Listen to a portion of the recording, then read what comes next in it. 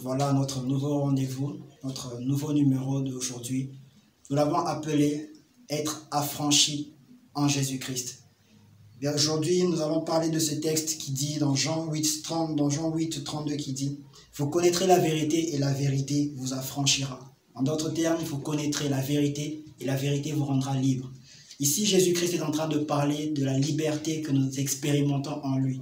J'aimerais nous dire que par ce texte, Jésus-Christ parlait en fait de la liberté que nous avons lorsque lui vient dans notre cœur et qui nous libère du péché. En effet, le péché est le premier problème et la chose principale pour laquelle le Christ est venu sur la terre afin de vous libérer, vous et moi. Et en venant sur la terre, en prononçant ces paroles, Jésus-Christ proclamait en fait ce qu'il devait faire dans notre vie. Et bien de choses viennent causer cet obstacle à cet affranchissement, à cette liberté. Mais la chose principale, c'est le péché, car c'est la source de tout le mal. Et aujourd'hui, laissez-moi nous dire que la bonne nouvelle, c'est que Jésus-Christ nous libère. Jésus-Christ opère une transformation dans nos vies. Et il vient dire encore dans Jean 38, il dit « Si donc le Fils vous affranchit, alors vous êtes réellement libre. » Cette liberté ne s'obtient pas par l'argent, elle ne s'obtient pas par des sacrifices que nous devons faire. Aucun sacrifice humain, aucune justice humaine ne peut nous apporter cette liberté ou cette conscience d'être libre devant Dieu. La Bible même dit que la justice, notre propre justice, est un vêtement souillé. Nous connaissons beaucoup de religions où on nous parle on nous dit de faire ceci, de faire cela, pour être agréable à Dieu. Certains pensent que c'est par des bonnes œuvres que nous sommes libérés du péché et nous sommes lavés devant Dieu. Mais la parole de Dieu nous montre, par les paroles de Jésus, que seul lui nous a franchis. Et nous pouvons le voir, l'apôtre Paul qui vient renchérir dans le livre de Romains, il dit que la loi du péché et de la mort, nous en avons été affranchis par la loi de l'esprit de vie. Et quand Jésus-Christ nous a franchis, c'est qu'il répand en nous, dans notre cœur, la présence du Saint-Esprit. Et c'est par lui que nous expérimentons cette liberté.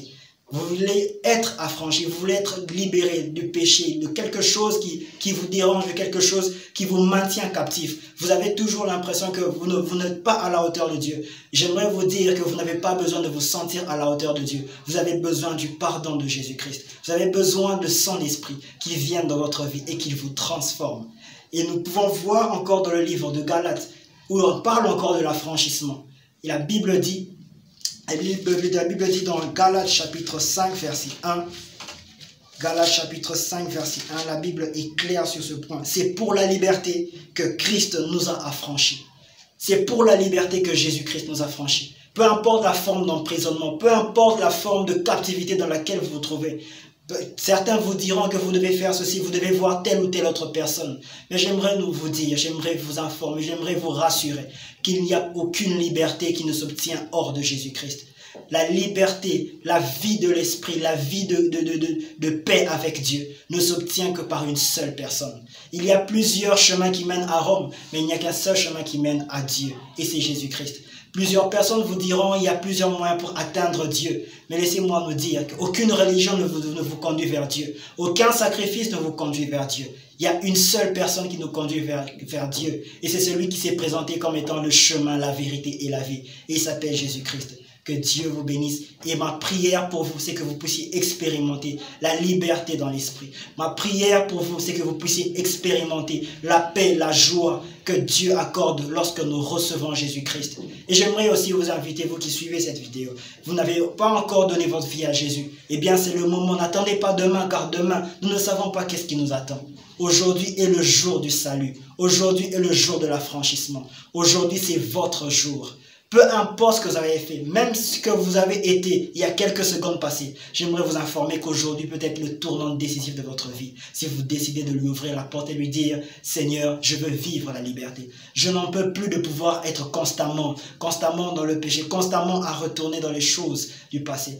J'aimerais te donner ma vie. » Faites cette prière sincèrement dans votre cœur et il vous visitera. Et aussi si vous êtes déjà dans la foi, vous êtes déjà chrétien, mais qu'il vous est arrivé de pouvoir retourner en arrière. La bonne nouvelle que je vous apporte, c'est que Dieu n'en a pas encore fini avec vous. Aujourd'hui encore, vous pouvez expérimenter cet affranchissement. Aujourd'hui encore, vous pouvez bénéficier de la liberté à marcher avec le Seigneur.